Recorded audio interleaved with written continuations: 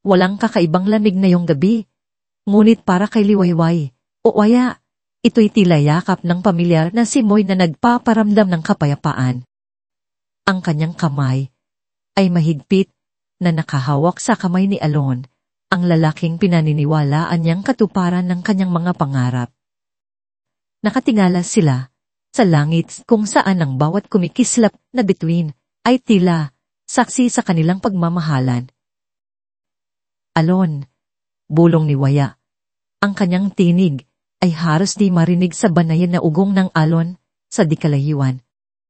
Isipin mo na lang, balang araw, magiging ganito rin tayo kasaya sa sarili nating tahanan. May mga anak na takbo sa hardin. Ngumiti si Alon. Ang kanyang mga matay puno ng pangako. Huwag kang alala, aking Liwayway. Gagawin ko ang lahat para magkatotoo iyan. Ang bawat bituin sa langit, sisikapin kong abutin para sa'yo. Ang mga salitang yon, na kasing ganda ng mga bituin sa itaas, ay nagpatibok ng mas mabilis sa puso ni Waya. Ang kanilang mga pangarap ay tila kay daling abutin. Ang hinaharap ay isang malinaw na larawan ng kasiyahan at pagmamahalan. Umaba sila mula sa maliit na burol, naglalakad sa kalsadang nililiwanagan lamang ng mahinang poste at ng kabilugan ng buwan. Ang paglalakad pauwi mula sa kanilang paboritong sinagkaki ay palaging isang sandali ng pagbubuklod, isang ritual na nagpapatibay sa kanilang pag-iibigan. Ang bawat tiyabag ay tila musika, bawat haplos ng hangin ay halik. Ngunit, ang musikang iyon ay biglang naputol. Isang nakakabining ugong ng makina ang umalingaw-ngaw, sinusundan ng nakakasilaw na liwanag ng mga headlight na bumubulusok palapit. Isang malakas na impact ang yumanig sa kanilang mundo. Ang malamig na simoy ng hangin ay napalitan ng matinis na tunog ng nagbabanggaang metal. Ang mga salita ng pangako ni Alon ay nalunod sa sigaw na hindi na niya naibigkas. Ang huling imahe sa isip ni Waya ay ang mukha ni Alon, puno ng pagkabigla bago ang lahat ay napuno ng kadiliman.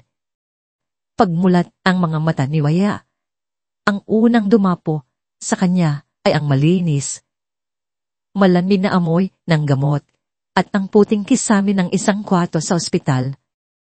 Ang kanyang katawan ay nanlalambot. Ang bawat paggalaw ay tila isang pagsubok. Sa tabi ng kanyang higaan, nakaupo si Alon. Ang kanyang mukha ipuno ng bakas ng pagod at lungkot. Ngunit sa likod ng mga yon, napansin ni Waya ang isang kakaibang kawalan ng emosyon. Isang bagay na hindi niya maipaliwanag. Alon, mahinang tawag niya. Ang kanyang lalamunan ay tuyot. Waya, nagising ka na, sagot ni Alon. Ang kanyang tinig ay garalgal. Hinawakan niya ang kamay ni Waya, ngunit ang paghaplos na ito ay iba na. Walang init, walang pangako. Parang ginagawa lang niya dahil kailangan. Dahang pumasok sa kwarto ang isang doktor, si Dr. Hiraya Molina. Ang kanyang ngiti ay mabait, ngunit may bahid ng pag-aalangan. Tiningnan niya si Waya, binalingan si Alon, at pagkatapos ay bumaling muli kay Waya dala ang bigat ng isang balitang hindi niya nais ibigay. Miss Delagdaga, simula ni Dr. Molina, ang kanyang tinig ay seryoso. Nalulungkot akong sabihin ito, ngunit dahil sa tindi ng pinsala mula sa aksidente, ang iyong matris ay hindi na mailigtas. Hindi ka na magkakaroon ng anak. Ang mga salitang iyon ay tumusok sa puso ni Waya na parang libong basag na salamin. Ang kanyang mundo na tila unting nabubuo muli sa paningin ni Alon ay biglang gumuho sa isang iglap. Ang kanyang mga pangarap, Ang mga bituing pinangakong iaabot ni Alon ay biglang naglaho. Naimang madilin at walang asa ang kanyang kalangitan. Tumingala siya sa kisame, ngunit ang nakikita niya ay ang kawalan. Ang tinig ni Dr. Molina ay tila nagmumula sa malayong lugar, habang si Alon naman ay tahimik na nakatitig sa sahig. Tila nawawala sa sariling mundo. Sa isang iglap, naramdaman ni Waya ang pinakamatinding pagkawala na kanyang naranasan. Ang kanyang puso, na puno ng at sa ilang sandali lamang ang nakalipas ay naiwasak na wasak. Mga nagkalat na piraso sa malamig na sahig ng ospital. Lumipas ang mga linggo na tila ang bawat araw ay isang paglalakbay sa kawalan. Ang dating masiggang si Waya ay napalitan ng isang anino, isang babaeng nababalot ng kalungkutan at walang tigil na iisip sa kung ano ang nawala. Ang bayan ng amihan na dati simbolo ng kapayapaan ay naitila isang malawak na kulungan na ang bawat sulok ay nagpapaalala sa kanya ng kanyang pagkabigo. Ang Sinag Cafe, na dati pubad ng kanilang pagmamahalan, ay naging isang lugar na halos ayaw na niyang yapakan. Subalit alam niyang kailangan niyang bumangon, kahit pa unti-unti.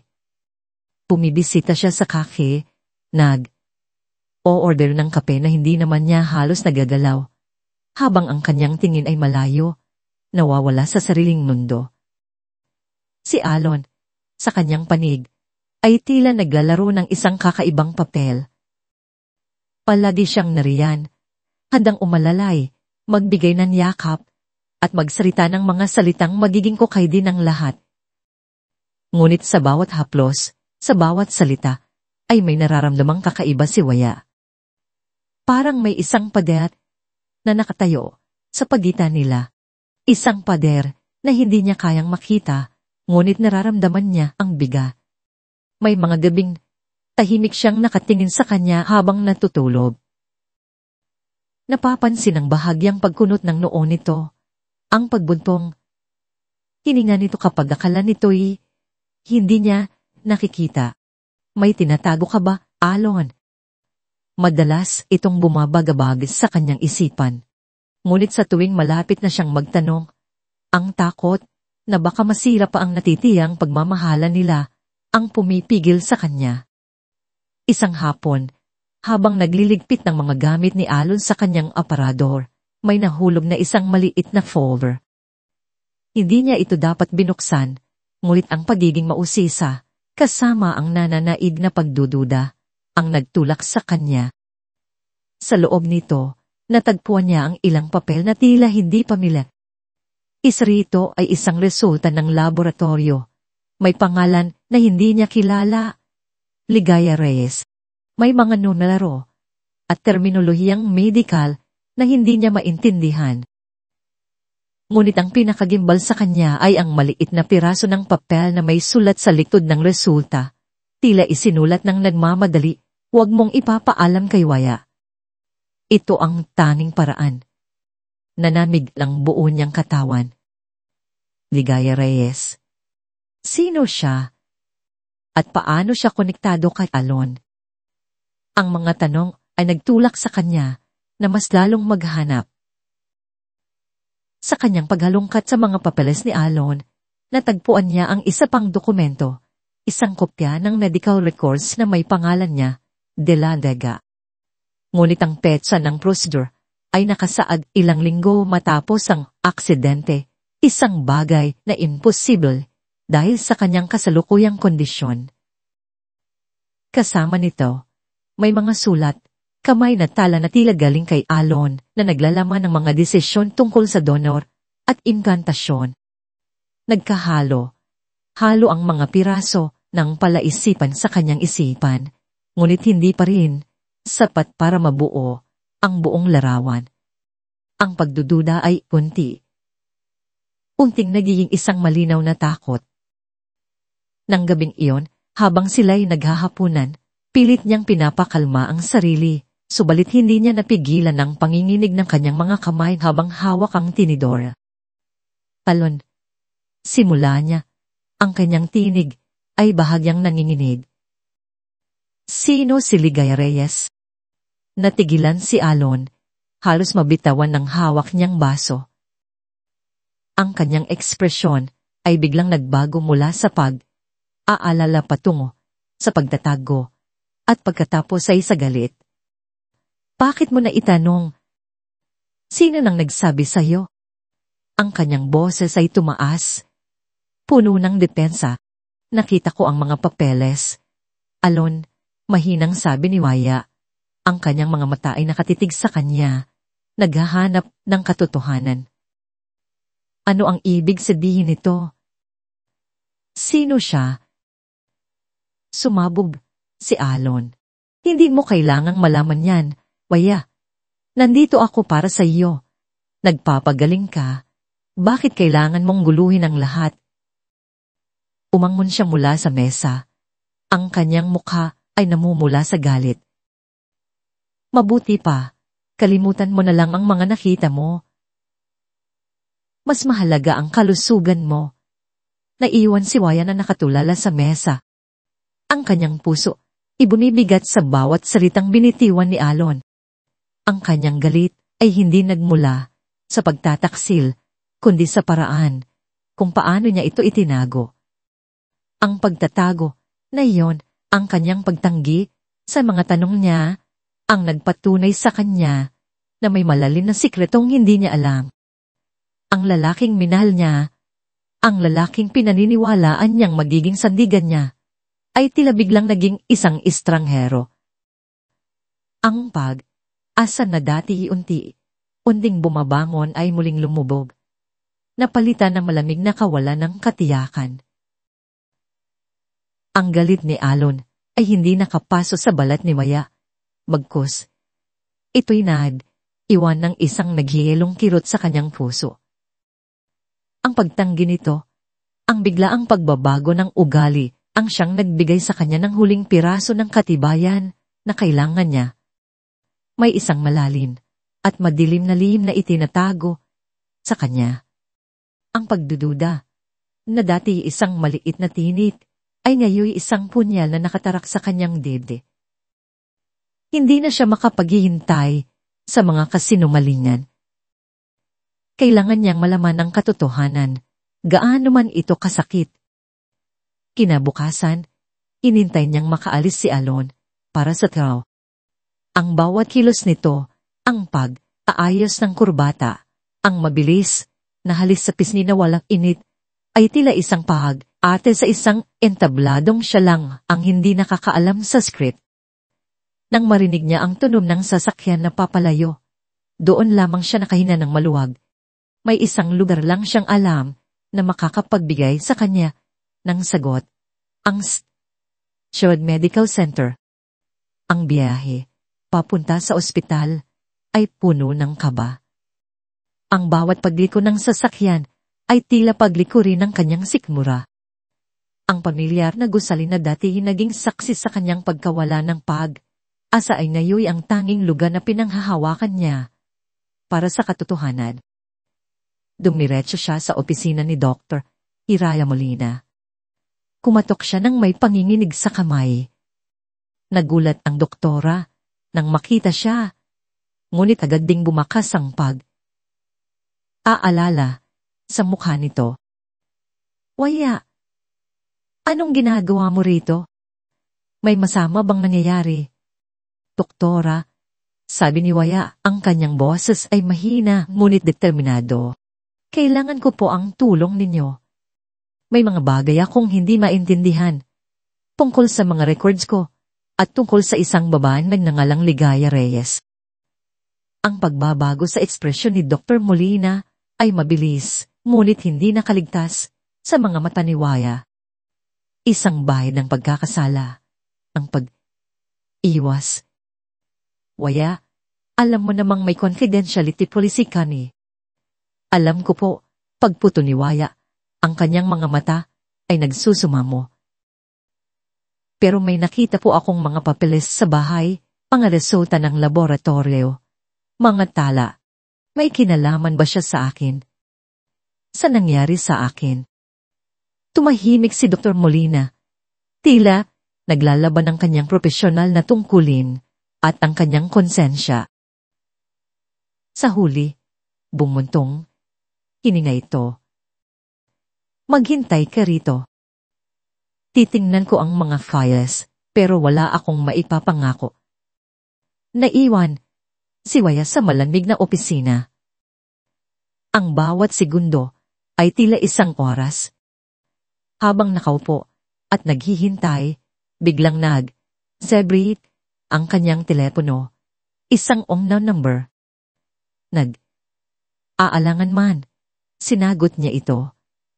Yalo, si Waya de la Vega ba ito? Tanong ng isang boses, nagaralgal, at tila sinatadyang baguhin. Isang boses na nagpadala ng kilabot sa kanyang gulugod. Sino to? Hindi na mahalaga kung sino ako, sagot ng boses. Makinig ka. Ingat ka kay Alon at sa babaeng kasama niya. Hindi aksidente ang lahat. Bago pa man makasagot si Waya, ibinaba na ang tawat. Nabitawan niya ang telepono. Ang kanyang paghinga ay naging mabilis. Hindi aksidente ang lahat. Anong ibig sabihin noon? Ang takot ay gumapang sa kanyang buong pagkatao, pinapalitan ang pag-asa ng isang mas malagim na pangamba. Sakto namang bumalik si Dr. Molina, hawak ang isang makapal na folder. Ang mukha ng doktora ay maputla, ang kanyang mga mata ipuno ng awa at pagsisisi. Dahan itong umupo sa tapat ni Waya at inilapag ang folder sa mesa. Waya, may kailangan kang malaman. At sana mapatawad mo ako. Pinuksan ni Dr. Molina ang folder. Itinuro nito ang isang dokumento, isang consent form na may pirma. Isang pirma na halos kamukha ng sa kanya, ngunit alam niyang hindi sa kanya. Pagkatapos ng aksidente, habang ikaw ay unconscious pa, nagkaroon ng desisyon na hardas ang iyong mga itlog para sa future eyes. Sa utos ni Alon. Ano? Halos pabulong na tanong ni Waya. Hindi doon natapos si Dr. Molina. Kinuha nito ang isa pang papel, isang record ng procedure. Ang kanyang boses ay naninginig na. Ang mga itlog mo, Waya. Ang mga yon ang ginamit para sa implantation procedure ni Ligaya Reyes. Ang mga salita ay tumama kay Waya, na parang isang malakas na suntok sa sikmura. Ang hangin ay tila nawala sa sirid. Ang ugong ng aircon, ang tanging naririnig niya, habang ang lahat sa paligid niya ay umiikot. Ang itlog niya, ang huling piraso ng pag-asa niya na maging ina, ay nasa sinapupunan na ng ibang babae. Isang babaeng kasabwat ng sarili niyang asawa. Ang pagtataksil ay isang malalim na bangin na biglang bumukas sa kanyang paanan. Tumayo siya, ngunit ang kanyang mga tuhod ay nanghihina. Napahawak siya sa mesa para suportahan ang sarili. Ang kanyang mga mata ay nakatitig sa kawalan. Ang mundo na kanyang kilala, ang pag-ibig na kanyang iningatan, ang mga pangarap na kanyang binuo, lahat ay gumuho sa isang iglap. Ang sahig na kanyang tinatapakan ay biglang nawala. Ang katahimikan sa loob ng bahay ay tila isang mabigat na kumot na bumabalot sa lahat. Bawat sulok, bawat anino ay sumisigaw ng pangalan ni Waya.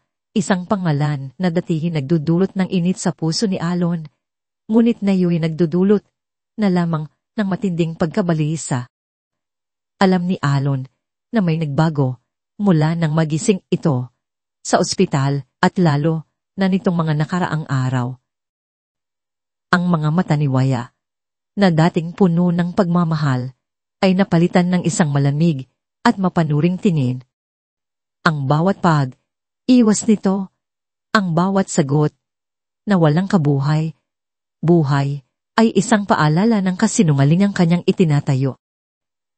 Pumasok siya sa kanyang maliit na opisina sa bahay, umaasang makahanap ng sandaling kapayapaan.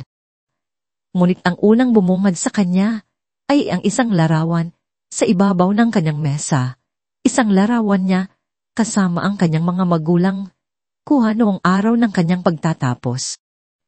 Ang kanyang ama, isang lalaking istrikto at may matigas na paninindigan, ay nakatingin sa kanya sa larawan na may halong pagmamalaki at pag-asa.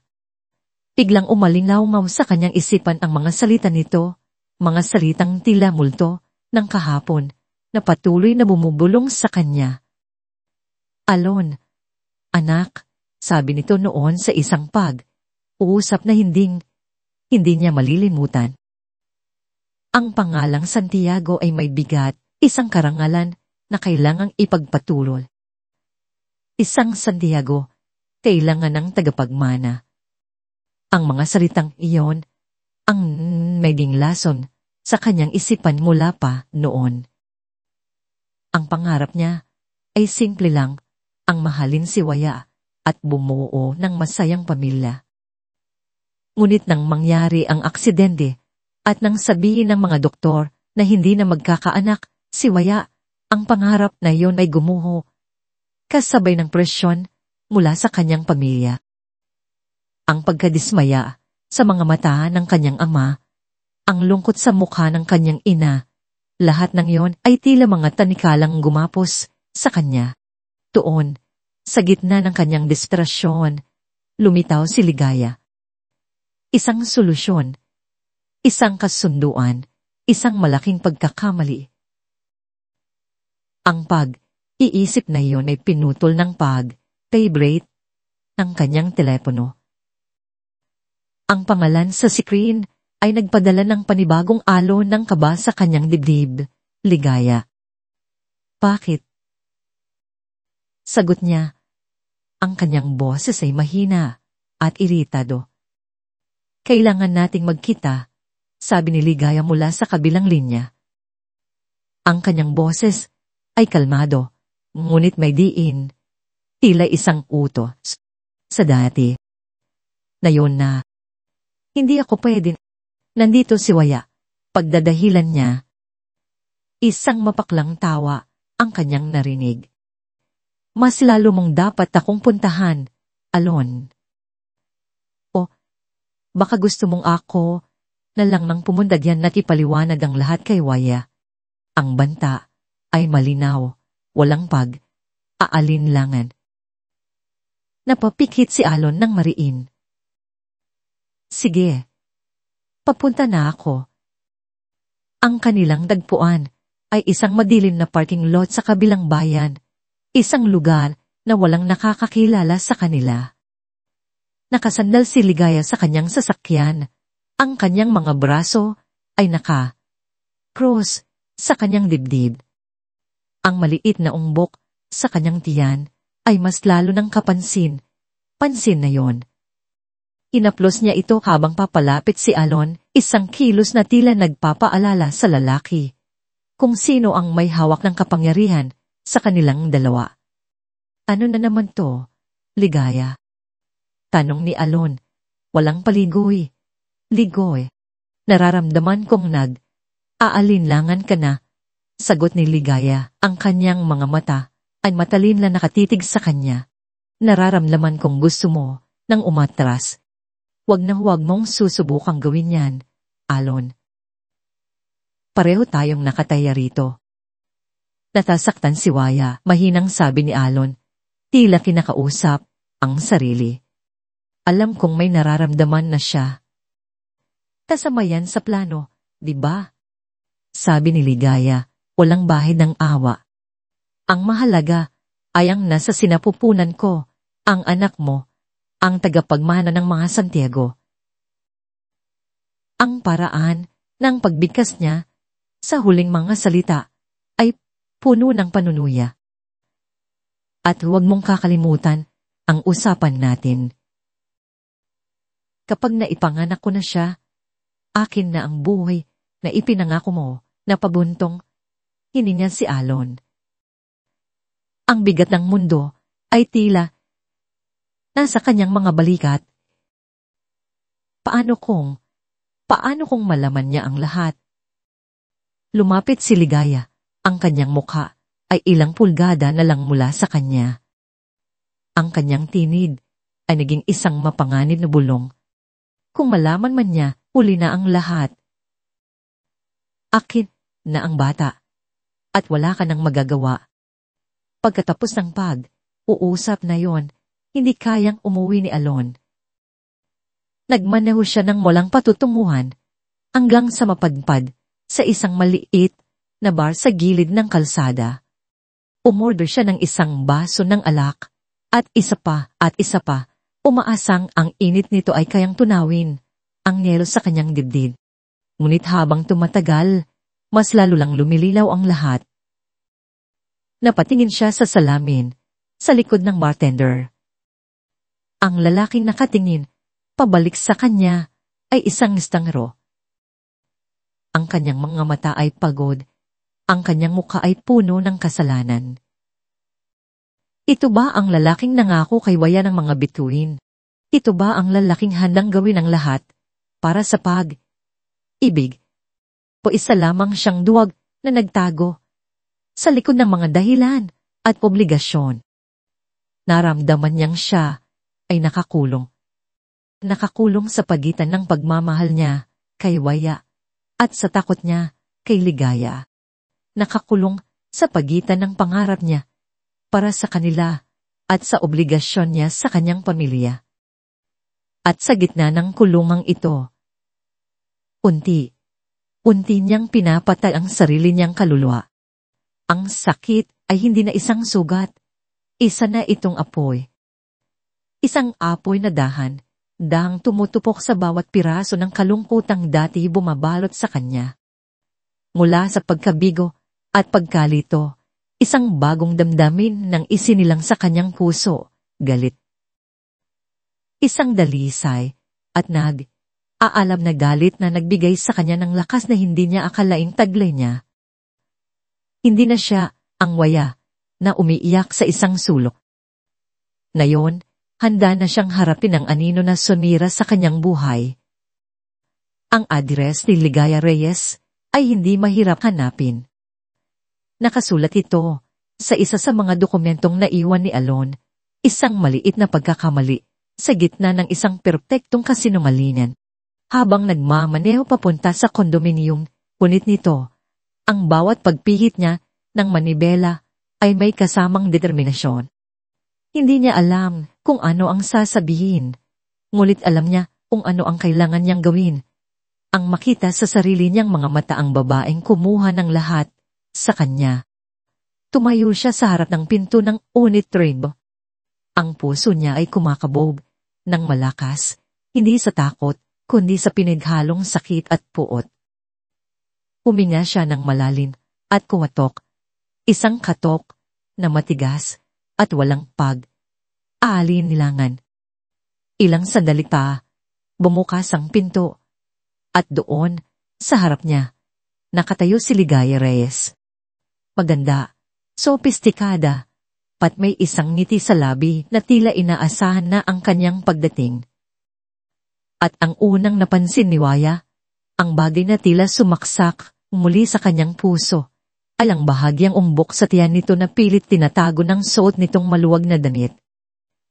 Ang huling piraso ng kanyang pag-asa ay nasa sinapupunan ng babaeng ito.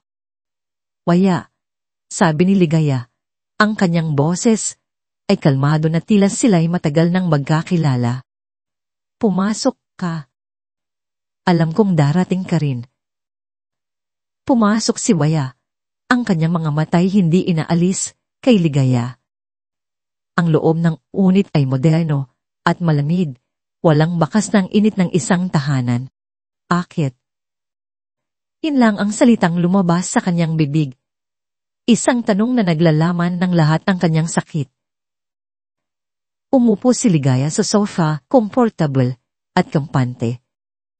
Ikinros niya ang kanyang mga binti at hinaplos ang kanyang tiyan. Ang kilos na iyon ay isang malinaw na mensahe. Akit, dahil kailangan ni Alon ng isang anak. Isang bagay na hindi mo na kayang ibigay sa kanya.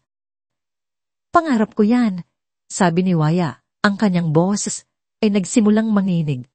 Buhay ko, yan. Anak ko yan na nasa sinapupunan mo. Tumawa si Ligaya. Isang tawang walang kagalakan, puno ng panunuya. Kung talagang sayo, bakit nasa akin? Waya, tanggapin mo na. Natalo ka. Ako ang pinili ni Alon na maging ina ng kanyang anak. Ang bawat salita ay isang patalin. Si Ligaya ay hindi humihingi ng tawad, siya ay nagmamalaki. Wala siyang pinagsisisihan. Sa katunayan, tila nasisiyahan pa siya sa sakit na idinudulot niya. Ang mga luha ay nagsimulang mamuo sa mga mata ni Waya. Ang babaeng nasa harap niya ay hindi lang isang kerida. Siya ay isang halimaw na may mukha ng isang anghel, isang babaeng handang yurakan ng puso ng iba para sa sarili niyang kaligayahan. Paano mo nagawa to? Wala ka bang konsensya? Ang konsensya ay para sa mga taong talunan, sagot ni Ligaya. Ang kanyang mga mata ay malamig.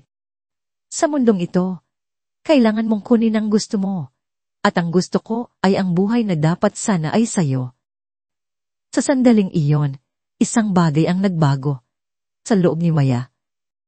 Ang mga luhang nagbabadyang tumulo ay biglang natuyo.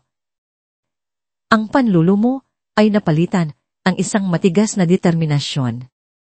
Tiningnan niya si Ligaya. Hindi na bilang isang biktima, kundi bilang isang kalaban. Pinunasan niya ang gilid ng kanyang mata at tumayo ng tuwid. Ang apoy sa kanyang puso ay mas lalong nag-alab. Mali, sabi ni Waya. Ang kanyang tinig ay malamig na at matatag. Hindi dito nagtatapos ang lahat. Simula pa lang to. Tumalikod siya at nagsimulang maglakad palabas. Hindi na niya kailangang marinig pa ang anumang kasinungalingan. Malinaw na ang lahat. Nakita na niya ang tunay na kulay ng ahas na pumasok sa kanyang paraiso. Naramdaman niya ang ngisi ni Ligaya sa kanyang likuran, isang ngisi ng tagumpay. Ngunit habang papalabas siya ng pinto at dahang isinasara ito, narinig niya ang boses ni Ligaya na nagsasalita sa telepono. Ang tono nito'y biglang nagbago, mas seryoso, mas kalkulado. Oo, nandito siya kanina. Nagwawala, as expected. May sandaling katahimikan, tila nakikinig sa kausap. Huwag kang mag-alala. Pagpapatuloy ni Ligaya, ang kanyang boses ay mas bumaba, mas mapanganib. Kung sakaling magmatigas pa rin siya, alam na ng taong nasa likod dati ng gagawin. Handa na ang plan. Walang makakatigil dito. Ang pag-click ng pinto sa pagsara nito ay tila kasing lakas ng isang putok ng baril sa pandinig ni Waya. Natigilan siya sa labas ngunit ang kanyang likod ay nakadikit sa malamig na pader. Nanlamig ang kanyang buong katawan. Plan. Ang taong nasa likod natin. Ang mga salitang iyon ay kumalingaw-ngaw sa kanyang isipan. Pinubura ang lahat ng galit at pinapalitan ito ng isang mas malalim at mas nakakatakot na damdamin. Akot. Ang pagtataksil ni Alon at ang kasamaan ni Ligaya ay isang bagay. Ngunit ang marinig na may isa pang tao, isang mastermind na nagpaplano sa dilin, ay ibang usapan. Ang lahat ng ito ay hindi lang basta isang desisyon na ginawa dahil sa desperasyon. Ito ay isang masalimuot na plano, isang bitag. Nagmamadali siyang naglakad palayo, ang kanyang mga hakbang ay mabilis, ngunit maingat. takot na baka marinig siya. Ang bawat anino sa pasilyo ay tila may mata. Ang bawat tunog ay tila isang banta. Hindi na ito tungkol sa isang ninakaw na anak o isang durog na puso.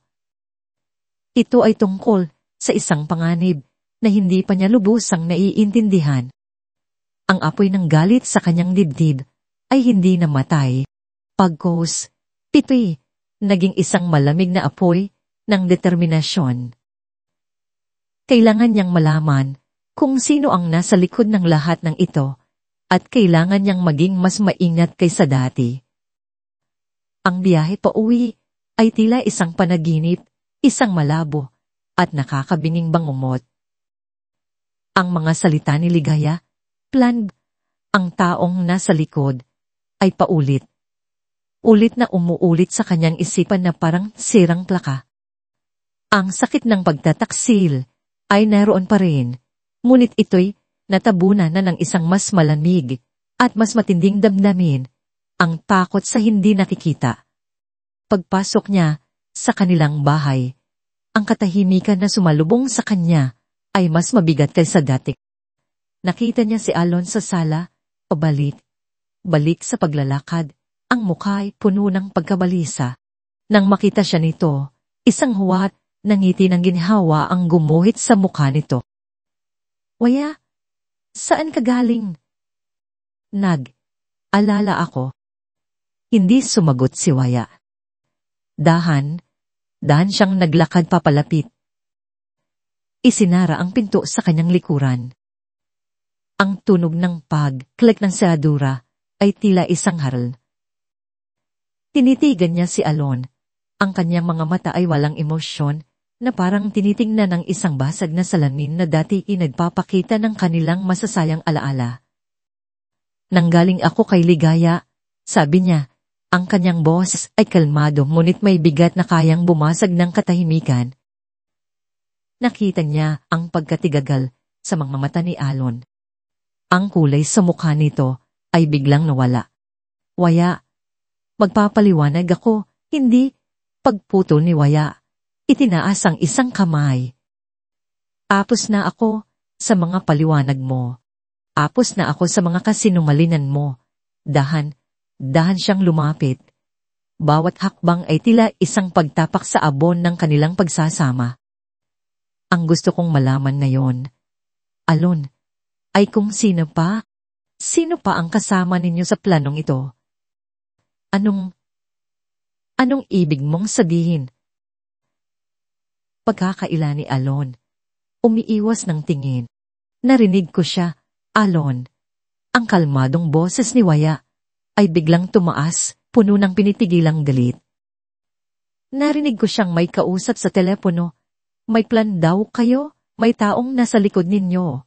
Kaya huwag mo akong gagawing tanga. Sinukol niya ito sa isang sulok ng sala. Walang daan para makatakas. Sabihin mo sa akin ang totoo. Lahat. Tuon na bumigay si Alon. Ang pagal ng pagpapanggap na matagal niyang itinayo ay tuluyan nang gumuho. Napasandal siya sa pader. Ang kanyang mga balikat ay bumagsak sa pagkatalo. Ang kanyang mga mata ay napuno ng luha, hindi luha ng pagmamahal, kundi luha ng isang taong nahuli na, ng isang taong pagod na sa pagtatago. Waya, patawarin mo ako. Hindi ko kailangan ng patawad mo, sigaw ni Waya. Kailangan ko ng katotohanan at nagsimula siyang magsalita. Sa una, pautal. Pagkatapos ay naging isang agos ng mga salitang puno ng pagsisisi at pagdadahilan. Ikinuwento niya ang lahat, ang pressure mula sa kanyang ama, ang kahihiyan na hindi makapagbigay ng tagapagmana, ang takot na mawala ang respeto ng kanyang pamilya. Ikinuwento niya kung paano niya nakilala si Ligaya, isang babaeng may sariling mga ambisyon, at kung paano sila bumuo ng isang kasunduan na sa tingin niya noon ay perpektong solusyon. Mahina ko, Waya, umiiyak na sabi ni Alon, dahan, dahang napaluhod sa sahig. Tuwag na ko. Natakot ako na hindi ko maibibigay ang inaasahan ng lahat. At sa takot na yon, sinira kita. Sinira ko tayo. Nakinig si Waya sa bawat salita. Ngunit habang pinapakinggan niya ang kanyang mga dahilan, walang awa o simpatiya siyang naramdaman. Ang nakikita niya lang ay ang lalaking nangako sa kanya ng mga bituin na ngayon nagkumpisal na ipinagpalit ang mga pangarap nila para sa opinyon ng ibang tao. Ang pagmamahal na dati hinag, aalab sa kanyang puso para dito ay unting namatay, napalitan ang malamig na abo ng katotohanan. Ang lalaking nasa harap niya na umiiyak at nagmamakaawa ay hindi ang Alon na minahal niya. Isa itong estranghero, isang mahinang anino ng lalaking pinangarap niya. Tungkol sa taong nasa likod. Wala akong alam yan.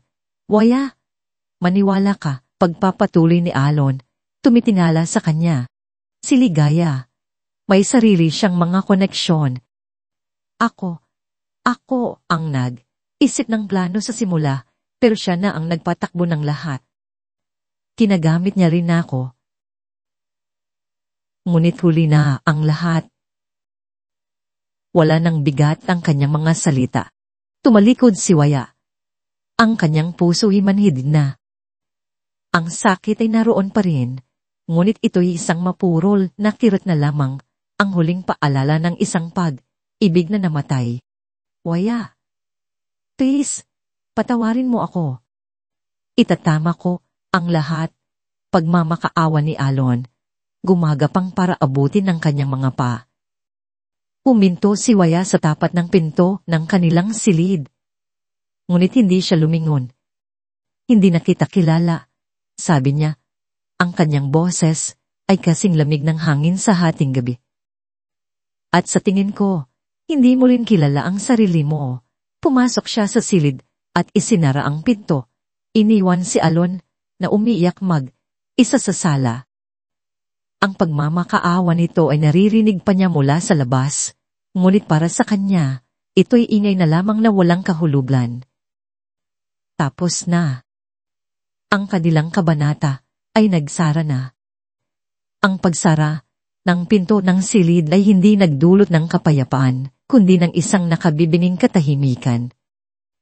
Sa labas, ang mga hitbi at pagmamakaawa ni Alon ay unting humina hanggang sa tuluyang naglaho. Ngunit sa loob ng isipan ni Waya, ang ingay ay hindi matapos. Ang bawat salita ng pag-amin, bawat kasinungalingang nabunyag, ay parang mga bubog na paulit-ulit na umiikot sa kanyang utak. Umupo siya sa gilid ng kama, ang kama, kung saan binuo nila ang kanilang mga pangarap. Ngayon, ito'y tila isang malamig na ang pag-ibig na inakala niyang walang hanggan ay naging abo sa isang iglap. Ang anak na pinangarap niya ay nasa sinapupunan ng iba. Ang lalaking pinagkatiwalaan niya ng kanyang buong puso ay isang estranghero. Ang lahat ng pinanghawakan niya, lahat ng bumubuo sa kanyang pagkatao ay nawala.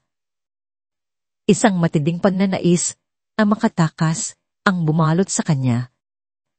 Makatakas mula sa bahay na ito na puno ng kasinungalingan.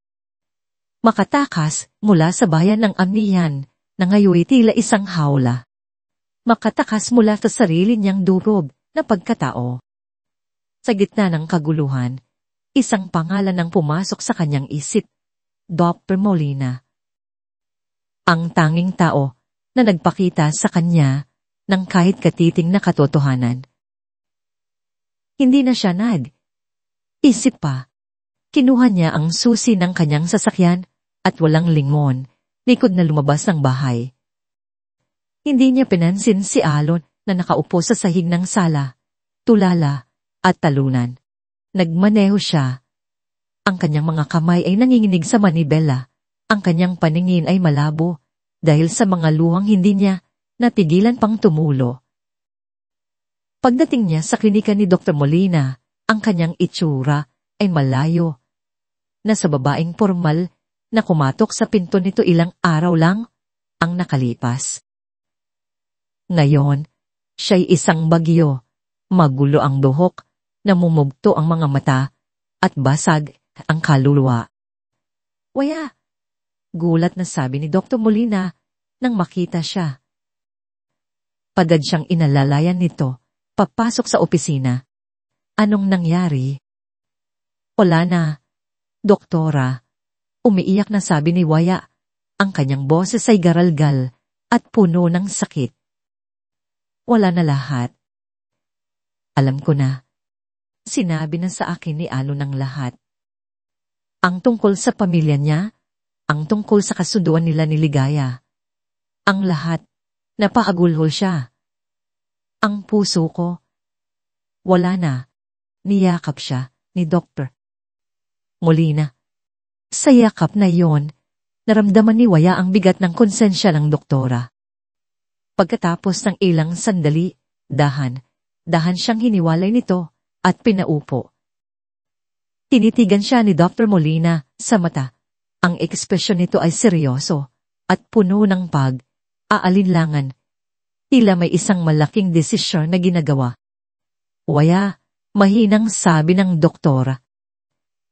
Ang nalaman mo ay hindi pa ang buong katotohanan. Natigilan si Waya sa pag-iyak. Anong ibig niyong sabihin? Huminga ng malalim si Dr. Molina, tila iito ng lakas ng loob.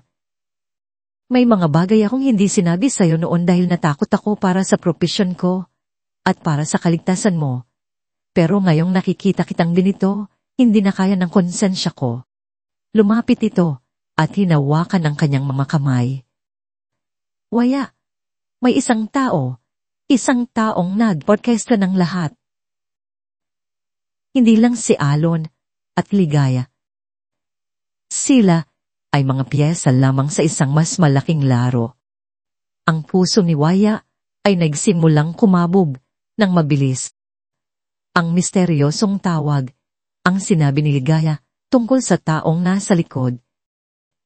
Sino? Hindi ko alam ang lahat ng detalye. Amin ni Dr. Molina, ang kanyang boses ay naging isang bulong. Pero may hinala ako at ito ay konektado sa isang tao na malapit sa'yo. Isang taong may matagal ng galit sa pamilya ninyo. Isang kamag, anak ninyo, Waya. Kamag, anak. Halos hindi makapaniwalang ulit ni Waya. Tumango si Dr. Molina. Ang kanyang mga mata ay puno ng awa. At may isa pa, aalangan itong nagpatulol. Ang aksidente mo, Waya. Sa tingin ko, hindi iyon isang ordinaryong aksidente. May mga bulungan akong naririnig dito sa ospital. Ang sasakyang bumangga sa inyo, nawala na parang bula, at ang driver, hindi kailanman natagpuan. Ang bawat salita ni Dr. Molina ay isang malakas na dagok na sunod na tumama kay Waya. Ang pagtataksil ni Alon ay masakit. Ang kasamaan ni Ligaya ay nakakagalit. Ngunit ang isipin na may isang taong malapit sa kanya, isang kadugo na nagplano ng lahat, na baka sinadya ang aksidenteng halos kumitil sa kanyang buhay at tuluyang kumuha sa kanyang pangarap, ay isang katotohanang hindi na kaya ng kanyang isip na tanggapin. Naramdaman niyang naninikit ang kanyang dibdib. Ang hangin ay tila naubos sa silid. Ang boses ni Dr. Molina ay nagsimulang maging isang malayong ugong. Ang kanyang paningin ay nagsimulang magdilim sa mga gilid. Ang huling nakita niya ay ang aalalang mukha ng doktora bago ang lahat ay tuluyang nilamon ng kadiliman. Ang unang pumasok sa kamalayan ni Waya ay ang pamilyar na amoy ng alkohol at ang banayad na ugong ng aircon. Tahan, Dahan niyang iminulat ang kanyang mga mata. Nakahiga siya sa isang maliit na sofa sa loob ng opisina ni Dr. Molina. May basang bimpo sa kanyang noo. Ang doktora ay nakaupo sa tabi niya. Ang mukha ay puno ng pag-aalala. Waya, ayos ka lang ba? Mahinang tanong nito. Tumango si Waya. Ngunit ang pakiramdam niya ay malayo sa pagiging maayos. Ang bigat ng katotohanan, isang katotohanang masahol pa sa kanyang pinakamasamang bangungot, ay nakadagan sa kanyang dibdib. Isang kamag, anak. Isang sinadyang aksidente. Ang lahat ay isang malaking plano para wasakin siya. Sa isang iglap, dapat, sana, igumuho na siya ng tuluyan. Dapat, sana, inilamon na siya ng dilin. Ngunit isang kakaibang bagay ang nangyari sa loob niya. Sa pinakamalalim na bahagi ng kanyang pagkasira, sa gitna ng abo ng kanyang dating buhay, may isang maliit na baga na nagsimulang mag-apo. Ang sobrang sakit ay tila nagbigay daan sa isang kakaibang kalinawan. Hindi na siya iiyak. Tapos na ang pag-iyak. Kung may isang taong nagplano ng lahat ng ito para makita siyang wasak, hindi niya ibibigay ang satisfaksyong iyon. Dahan siyang bumangon. Ayos lang ako, doktora. Sabi niya, at sa pagkakataong ito, may kasama ng determinasyon ang kanyang boses. Salamat sa lahat. Pero kailangan ko nang umalis. Sa sumunod na mga araw, isang bagong Waya ang isinilang. Iniwan niya ang bahay na dati niyang tinuring na tahanan. Impake siya ng ilang gamit, iniwan ang lahat ng alaala ni Alon at humanap ng isang maliit na apartment malapit sa dalampasigan ng bayan ng amihan. Ang dagat, na dati nagpapaalala sa kanya ng mga pangako, ay naging simbolo ng ngayon ng kanyang kalayaan. Malawak, malakas, at hindi kayang ikulong. Ang bawat umaga ay sinisimulan niya sa pagtakbo sa tabing dagat habang sumisikat ang araw.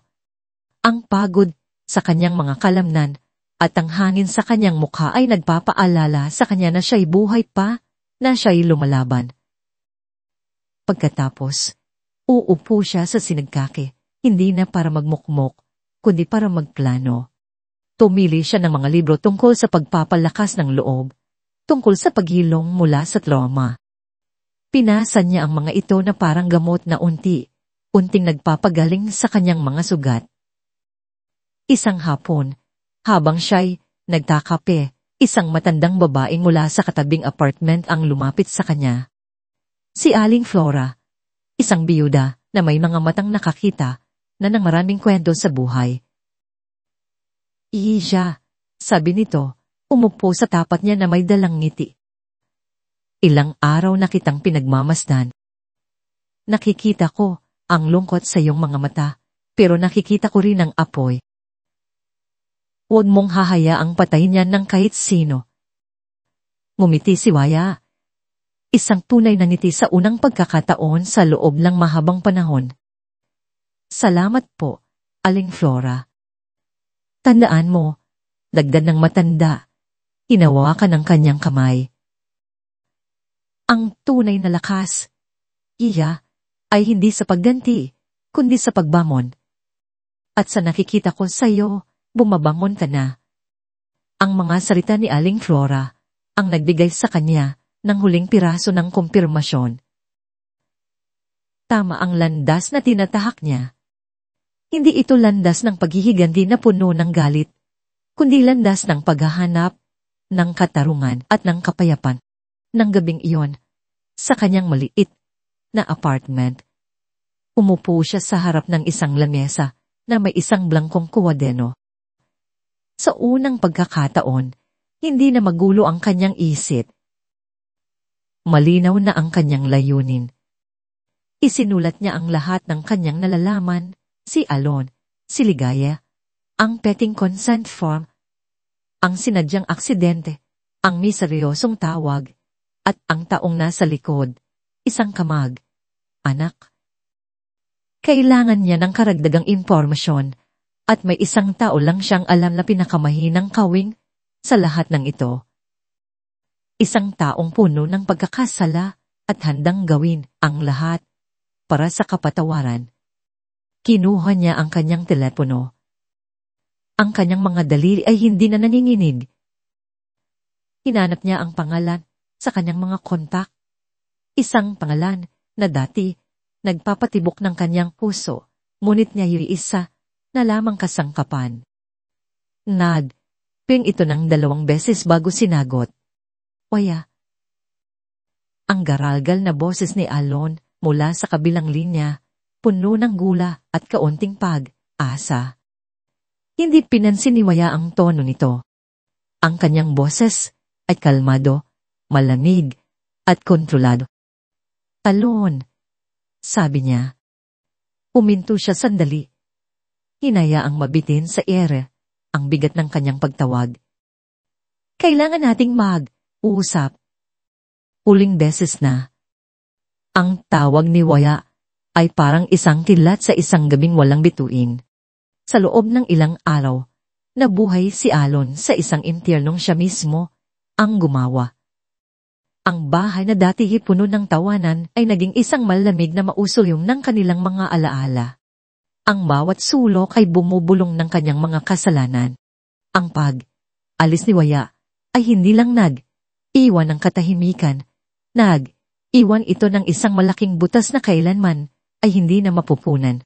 Kaya't nang marinig niya ang boses nito sa telepono, malamig, kontrolado.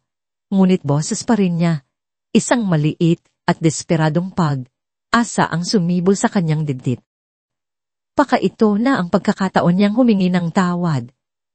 Ang pagkakataong maibalik ang kahit kapiraso ng dati. Tumating siya sa Synod Cafe ng mas maaga. Ang lugar na ito, ang kanilang lugar, ay tila isang multo ng nakaraan. Naalala niya ang kanilang mga tawanan sa paborito nilang mesa sa may bintana. Naalala niya ang paraan ng paningning ng mga mata ni Waya sa tuwing tinititigan niya ito sa ilalim ng mahinang ilaw ng kaki. Ngayon, ang bawat alaala ay isang saksak sa kanyang puso. Nang pumasok si Waya sa pinto, natigilan si Alon. Hindi ito ang babaeng wasak na iniwan niya sa kanilang sala. Ang babaeng nasa harap niya ngayon ay ibang-iba. Nakatayo ito ng tuwid. Ang kanyang mga balikat ay hindi kuba sa kalungkutan. Ang kanyang suot ay simple. Ngunit may dala itong aura ng kumpiyansa. At ang kanyang mga mata.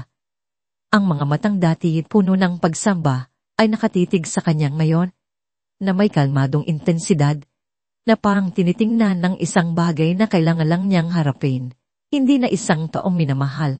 Umupo ka. Alon, sabi nito, ang boses ay walang anumang emosyon. Umupo siya. Pakiramdam niya ay isang estudyante na sa harap ng isang istriktong prinsipal. Waya, ako. Huwag na nating usapan ng nakaraan. Pagputol nito. Hindi siya hinayaang magsimula sa kanyang mga nakahandang paumanhin. Wala na tayo roon. Nandito ako dahil may kailangan ako sa iyo. Diretso, walang piligoy. Napalunok si Alon. Ito na ang huling paghuhukom. Alam kong may iba pang sangkot dito. Pagpapatuloy ni Waya. Isang taong nasa likod ninyo ni Ligaya. Isang taong nagplano ng lahat. Marahil pati na ang aksidente. At alam kong kahit duwag ka, hindi ka mamamatay, tao. Kaya't kailangan ko ang tulong mo. Tinitigan siya ni Alon, puno ng pagkalito. Tulong. Para saan? Para ilantad kung sino man ang gumawa nito, sagot ni Waya. Ang kanyang mga mata ay hindi kumukurap. Hindi ito para sa akin, Alon. Hindi rin ito para sa iyo. Ito ay para sa kung ano ang tama. Uminto ito sandali at sa isang iglap, nakita ni Alon ang isang bahid ng dating waya. Ang babaeng may matibay na paniniwala sa kabutihan. Ito na lang ang tanging paraan para kahit paano makabawi ka sa lahat ng kasalanan mo, hindi sa akin, kundi sa sarili mo. Sa sandaling iyon, lahat ng pag-asa ni Alon na maibabalik pa ang dati ay tuluyang gumuho. Naunawaan niya. Hindi siya tinawag ni Waya para sa isang pagkakataong magkabalikan. Tinawag siya nito para bigyan ng isang pagkakataong maging tao muli. Tinitigan niya ang babaeng nasa harap niya. Ang lakas nito, ang katatagan nito matapos ang lahat ng ginawa niya, ay tila isang sampal sa kanyang pagkatao. Dito niya nakita kung gaano siya kahina at kung gaano ito katatag. Ang pagmamahal na sinira niya ay ang siya pa ring nagbibigay sa kanya ng huling pagkakataon para sa katubusan. Ang pagsisisi ay bumaha sa kanyang puso. Isang agos na mas malakas kaysa sa takot o kahihin.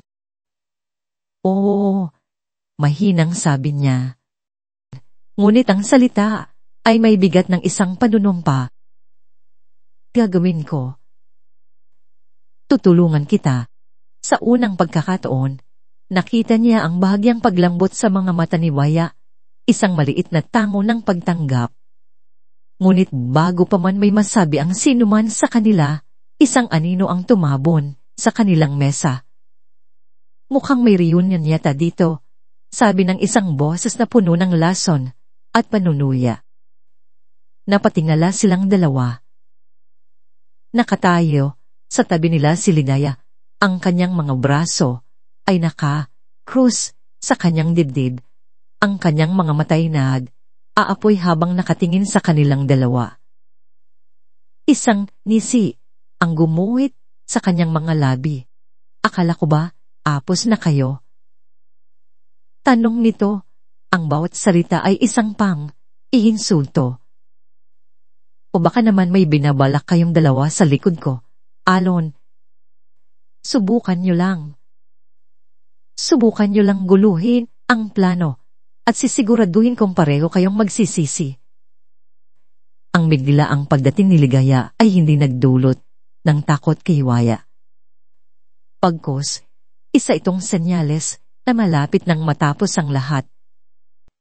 Ang kaki na dati, iisang lugar ng kapayapaan ay naging entablado ng isang nagdabadyang gulo. May lugar na masangkop para sa uusap na ito, mahinahon, ngunit may diin na sabi ni Waya, tumatayo. Tiningnan niya si Alon. Pagkatapos ay si Ligaya. Sa lumang bahay ng mga Delandaga, doon natin tapusin ang lahat. Isang hamon, isang paanyaya sa muling pagtutuos. Walang tumanggi. Ang biyahe patungo sa lumang mansyon ng pamilya ni Waya ay tahimik. Ngunit ang katahimikan ay puno ng bigat ang mga salitang hindi pa nasasabi. Ang mansyon, na matagal nang hindi natitirhan, ay nakatayo na parang isang matandang saksi sa maraming henerasyon ng tagumpay at trahedya. Maalikabok ang mga muebles at ang hangin sa loob ay amoy ng mga nakaraang alaala. Pagpasok nila sa malawak na sala, isang boses ang bumasag sa katahimikan. Sa wakas, nagkita rin tayo. Mula sa dilim, sa paanan ng engranding hagdanan, lumabas ang isang babae. Pamilyar ang kanyang mukha, isang mukhang madalas makita ni Waya sa mga pagtitipon ng pamilya. Isang mukhang laging may dalang matamis, ngunit huwad na ngiti. Ang kanyang tita Lorna, ang kapatid ng kanyang ama. Tita, halos pabulong na sabi ni Waya. Pagamat sa kaibuturan ng kanyang puso, hindi na siya nagulat. Ang lahat ng piraso ng palaisital ay biglang nagkabit-kabit. Huwag mo akong tawaging tita. Waya, sabi ni Lorna, Ang kanyang boses ay puno ng pait na tinago sa loob ng maraming taon. Hindi mo alam kung gaano katagal kong hinintay ang sandaling ito, ang makita kang ganito. Wasak, alunan, at wala. Si Ligaya ay tumayo sa tabi ni Lorna na parang isang tapat na alagad. Si Alon naman ay natigilan, patingin. Tingin mula kay Lorna patungo kay Waya, ang kanyang mukha ay puno ng di makapaniwalang sakit. Malinaw na kahit siya ay hindi alam ang buong katotohanan. Bakit, tita? Anong nagawa namin sa'yo? Anong ni Waya? Ang kanyang boses ay nananatiling matatag. Tumawa si Lorna, isang tawang walang kagalakan. Ang nagawa ninyo? Inagaw ng ama mo ang lahat, ang yaman, ang pangalan, ang respeto. Naging siya ang paborito, at ikaw ang kanyang perpektong prinsesa, ang tagapagmana ng lahat ng dapat ay sa amin. Kaya, gumawa ako ng plano, isang plano para bawiin ang lahat. Ang Ami ay lumabas na parang lason. Inanin niya ang lahat. Ang pagmamanipula niya sa pamilya ni Alon gamit ang pride at pangangailangan ng tagapagmana, ang paghahanap niya kay Ligaya na may sariling galit sa mundo, at ang pinakamasaklat sa lahat, ang aksidente, bulong ni Waya. Isang kinakailangang sakripisyo, sabi ni Lorna, walang bahid ng pagsisisi. Kailangan kitang tanggalan ng kakayahang magpatuloy ng linya ng mga deladaga. Ang anak na nasa sinapupunan ni Ligaya, siya ang magiging bagong simula. Sa ilalim ng pangalan ni Alon, ngunit sa control ko.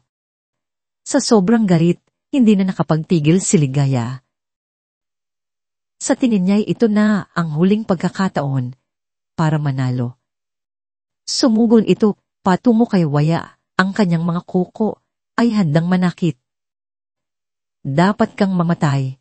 Ngunit bago pa man ito makalapit, isang katawan ang humarang sa kanyang daanan. Mabilis na kumilos si Alon. Itinulak si Ligaya palayo kay Waya. Hinawakan niya ito sa magkabilang balikat, ang kanyang mga matay nag-aalab sa galit at pagsisisi. Tama na, Ligaya, hindi mo na siya sasaktan. Sigaw niya, ang boses ay basad. Sa wakas, pinili niya ang tama. Ang inutil, sigaw ni Lorna. Nababaliw na sa pagkabigo. Ako dapat ang nagtagumpay. Akin dapat ang lahat ng ito. Sa gitna ng kaguluhan, isang malakas na tunog ang umalingaw sa buong mansyon. Ang tunog ng silela ng pulis, papalapit at papalakas. Pumukas ang pinto at pumasok ang mga pulis, kasama si Dr. Molina, ang kanyang mukha'y determinado. Natigilan si Lorna. Ang kanyang mukha ay nabalot ng pagkagapi. Paano? Tumawag ako sa kanila bago kami pumunta rito. Sagot ni Waya, ang kanyang tinig ay malamig. Hindi ako papasok sa isang laban ng hindi handa. Habang dinadakip ng mga pulis si Tita Lorna, ang mga mata nito'y nakatitig pa rin kay Waya, puno ng walang katapusang puo. Si Ligaya, na umiiyak at nagwawala, ay inalalayan din palabas para sa imbestigasyon. Ang lahat ay tapos na. Naiwan sa sala si Waya at Alon sa gitna ng katahimikan at ng alikabok ng nakaraan. Walang nagsalita. Tumingin si Alon kay Waya. Ang kanyang mga mata ay isang kalagatan ng pagsisisi at sakit, isang tahimik na paghingi ng tawad para sa isang kasalanang hindi na kayang murahin anumang salita. Lumipas ang ilang buwan. Ang iskandalo na yumanig sa bayan ng Amihan ay unti nang humupa, naging mga bulungan na lamang na tinatangay ng hangin. Si Tita Lorna ay naharap sa mabibigat na kaso. Si Ligaya naman dahil sa kanyang kalagayan ay inilagay sa isang hiwalay na pasilidad habang hinihintay ang pagsilang ng sanggol. Isang batang isinilang mula sa kasinungalingan na ngayon nasa pangangalaga na ng batas. Ngunit para kay Maya, ang mga ingay na yon ay tila nagmumula na sa isang malayong lugar. Ang kanyang mundo ay hindi na umiikot sa kanila. Isang umaga, bago pa man sumikat ang paraw, naglalakad si Waya sa dalampasigan. Ang malamig na buhangin sa kanyang mga paa at ang ritmikong tunog ng mga alon ay ang tanging musika na kailangan niya. Pinanood niya ang dahang pagliwanag ng kalangitan, ang paghahalo ng kulay, kahel, rosas, at ginto sa abot, tanaw. Dati, ang bawat pagsikat ng araw ay isang paalala ng isa na namang araw na kailangan niyang harapin ng may bigat sa dibdib. Ngayon, iba na. Sapat, angat ng araw mula sa dagat, isang ngiti, ang sumilay sa kanyang mga labi. Walang bigat sa kanyang diglid, tanging ang payapang pagtibok na lamang ng kanyang puso. Natagpuan niya ang isang kapayapaang hindi niya akalaing posible. Naintindihan niya na ang pagiging ina ay hindi ang tanging sukatan ng kanyang pagkababay. Ang kanyang halaga ay hindi nakasalalay sa isang pangarap na nawala, kundi sa lakas na natagpuan niya sa gitna ng pagkasira. Habang siya'y nakatayo roon, isang anino ang dahang lumapit mula sa kanyang likuran. Kilala niya ang mga yabag na iyon. Hindi na siya kinabahan. Lumingon siya at nakita si Alon. Malaki na ang ipinagbago nito. Wala na ang dating kumpiyansa at yabang. Ang lalaking nakatayo sa harap niya ngayon ay mas payat, may bakas ng kalungkutan sa mga mata, ngunit mayroon ding isang bagong uri ng katahimikan. Waya, mahinang sabi nito. Nakita kita mula sa malayo. Gusto ko lang uminto ito, tila hinahanap ang tamang mga salita. Wala akong karapatang humingi ng tawad. Alam ko yon. Pero gusto ko lang malaman mo na araw, pinagsisisihan ko ang lahat. Tinitigan siya ni Waya. Walang galit. Walang sama ng loob. Tanging unawa na lamang. Pinapatawad na kita, Alon. Sabi niya, at ang mga salitang iyon ay kasinggaan ng simoy ng hangin. Hindi para sa'yo, kundi para sa akin. Kailangan kong bitawan ng galit para makalaya. Nakita niya ang gulat at pasasalamat sa mga mata ni Alon. Salamat, Waya. Halos pabulong na sabi nito. Ang pagligtas ko sa iyo mula kay ligaya. Iyon ang pinakaunang tama na nagawa ko sa loob ng matagal na panahon. Sana makahanap ka ng tunay na kaligayahan. Tumanggo si Waya. Ikaw rin, Alon. Sana matutunan mong patawarin ang sarili mo. Walang yakap. Walang hawak ng kamay. Isang tango lamang ng pamamaalam. Tumalikod si Alon at nagsimulang maglakad palayo, isang anino na unting nilalamon ng liwanag ng umaga. Pinanood siya ni Waya hanggang sa mawala ito sa paningin, at kasabay nito, ang huling hibla ng nakaraan na kumakapit sa kanya ay tuluyan na ring naputol. Kinahapunan, sa halip na umuwi sa kanyang maliit na apartment, nagmaneho si Waya patungo sa isang lugar na minsan ay naging simbolo ng sakit, ang lumang mansyon ng mga De La Vega. Ngunit ngayon, sa halip na multo ng nakaraan ang makita niya, ang nakikita niya ay isang blangkong kantas. Sa tulong ng kaunting pondo na kanyang naipon at ilang kaibigan, sinimulan niya ang isang proyektong matagal na niyang pinapangarap. Ang mansyon ay dahang nililinis at inaayos. Ipinatanggal niya ang mga mabibigat at madidilim na kortina, hinayaang pumasok ang liwanag ng araw sa bawat silid. Sa harap ng gate, ipinasabit niya ang isang bagong karatulang gawa sa kahoy. Nakaukit dito ang mga salitang ang sinag ng Liwayway Foundation, isang tahanan para sa mga kababaihan at batang nawalan ng pag-asa. Ang kanyang sakit ay naging kanyang misyon. Ang kanyang pagkawala ay naging kanyang layunin. Dito, sa lugar kung saan binalak ang kanyang pagkasira, itatayo niya ang isang kanlungan para sa mga tulad niyang nasaktan, para sa mga nangangailangan ng bagong simula. Nakatayo siya sa harap ng mansyon, pinagmamasdan ang mga trabahador na nagpapalit ang mga lumang bintana. Ang hangin ng bayan ng amihan ay humahaplos sa kanyang mukha. Isang bagong umaga na, at sa wakas, handa na siyang harapin ito. Hindi bilang isang biktima, kundi bilang isang liwayway. Ang bukhang liwayway. Isang taon na ang lumipas. Ang dating maalikabok at malungkot na mansyon ng mga De La Vega ay isa ng lugar na puno ng duhay at tawanan. Ang mga pader na dati saksi sa mga lihin at pagtataksi ay ngayon pinalamutian ng mga drawing ng mga bata at mga mensahe ng pasasalamat. Ang sinag ng Liwayway Foundation ay naging isang tunay na kanlungan. Nakatayo si Waya sa beranda, hawak ang isang mainit na tasa ng tsokolate, pinagmamasdan ng mga batang naglalaro sa hardin. Ilan sa kanila ay mga ulila. Ang iba ay mula sa mga sirang pamilya. Bawat isa sa kanila ay may dalang sariling kwento ng sakit. Ngunit dito, sa ilalim ng kanyang pangangalaga, natututo silang muling mangarap. Isang maliit na batang babae na nagnangalang Maya ang tumakbo palapit sa kanya at niyakap ang kanyang mga binti. "Mama, Waya," sabi nito, nakatingala na may malaking ngiti.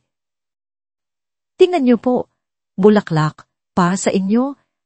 Inabot nito ang isang maliit na gumamelang pinitas nito mula sa hardin. Ngumiti si Waya at lumuhod para maging kapantay ng bata. Kinuha niya ang bulaklak at inilagay sa likod ng kanyang tainga. "Salamat, anak. Ang ganda, gana naman nito." Ang salitang anak ay lumabas sa kanyang bibig nang walang bigat, walang sakit. Isang salitang puno na lamang ng dalisay na pagmamahal. Ang pagiging ina, natuklasan niya, ay hindi lamang sa dugo, kundi sa puso. Ang kanyang pagmamahal na dati nakakulong sa pangarap pa sa iisang anak, ay nayo'y malayang dumadaloy para sa malami. Naalala niya ang isang sulat na natanggap niya ilang buwan na ang nakalipas. Galing ito sa social services. Ang sanggol ni Ligaya, isang malusog na lalaki, ay legal nang naipaangpon sa isang pamilyang matagal nang naghihintay. Sa pagbasa niya noon, walang kirot siyang naramdaman, anging kapayapaan na lamang at isang dalangin na sana'y lumaki ang bata ng malayo sa anino ng nakaraan. Ang tunay na ibig na unawaan niya ay hindi sa pag-aari. Ito ay sa pagpapalaya. Pinalaya niya ang kanyang galit kay Alon at sa kanyang tita Lorna. Pinalaya niya ang kanyang sarili mula sa pagkakakulong sa sakit ng nakaraan. At higit sa lahat, pinalaya niya ang ideya na ang kanyang kaligayahan ay nakasalalay sa iba. Tumingala siya sa langit, kung saan ang kulay, kahit na sinag ng papalubog, na araw ay humahalik sa mga ulap. Ang bawat paglubog ng araw ay hindi na isang katapusan, kundi isang pangako ng panibagong umaga, isang pangako ng panibagong liwayway. At dito po nagtatapos ang makulay at mapaghamong paglalakbay ni Liwayway. Mula sa kaibuturan ng aking puso, nais ko pong magpasalamat sa inyong lahat. Salamat sa inyong paglalakbay kasama ko sa bawat kabanata, sa bawat luha, at sa bawat pagbangon ni Waya. Habang isinusulat ko Ang kwentong ito, naramdaman ko rin ang bigat ng bawat pagsubok na kanyang hinarap. May mga sandalin halos, hindi ko naisituloy ang pagsasalaysay dahil sa sakit. Ngunit ang kanyang katatagan ang nagbigay sa akin ng inspirasyon. Dahil ang kwento ni Waya ay hindi lamang tungkol sa paghataksil at pagkawala. Ito ay isang paalala na ang tunay na pag-ibig, lalo na ang pag-ibig sa sarili, ay may kakayahang maghilom ng pinakamalalim na sugat, na ang pagpapatawad ay hindi para sa taong nakasakit sa atin, kundi para sa sarili nating kapayapaan, at ang pag-asa tulad ng bukang ni Wayway ay laging dumarating pagkatapos ng pinakamadilim na gabi. Ngayon, nais ko namang marinig ang inyong tinig. Ano ang pinakapaborito ninyong sandali sa kwento? Anong aral lang tumatak sa inyong puso? Ang inyong mga saloobin at komento ay mahalaga sa akin, at ito ang nagbibigay buhay sa bawat kwentong ating pinagsasamahan.